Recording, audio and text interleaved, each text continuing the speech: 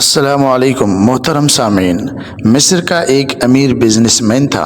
اس کی عمر 50 سال کے لگ بھگ تھی کہ ایک دن اس کو دل میں تکلیف کا احساس ہوا، اور جب اس نے قاہرہ کے سب سے بڑے ہسپتال میں اپنا علاج کرایا تو انہوں نے معذرت کرتے ہوئے اسے یورپ جانے کا کہا۔ یورپ میں تمام ٹیسٹ مکمل کرنے کے بعد وہاں کے ڈاکٹروں نے اسے بتایا کہ تم صرف چند دن کے مہمان ہو، کیونکہ تمہارا دل کام کرنا چھوڑ دیا ہے۔ وہ شخص بائی پاس کروا کر مصر واپس آ گیا اور اپنی زندگی کے باقی دن گن گن کر گزارنے لگا۔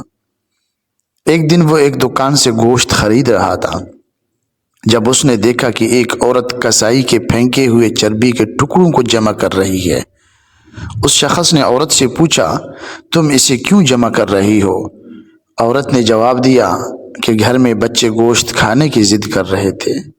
چونکہ میرا شوہر مر چکا ہے اور کمانے کا کوئی ذریعہ بھی نہیں ہے، اس لیے میں نے بچوں کی ضد کی بدولت مجبور ہو کر یہ قدم اٹھایا ہے۔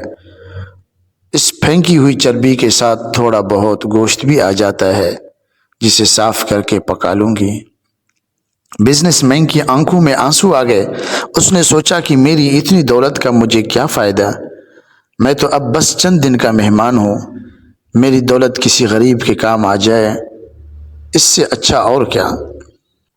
اس نے اسی وقت اس عورت کو کافی سارا گوشت خرید کر دیا اور کسائی سے کہا کہ اس عورت کو پہچان لو، یہ جب بھی آئے اور جتنا بھی گوشت مانگے اسے دے دینا اور پیسے مجھ سے لے لینا۔ اس واقعے کے بعد وہ شخص اپنی روزمرہ کے معمولات میں مصروف ہو گیا۔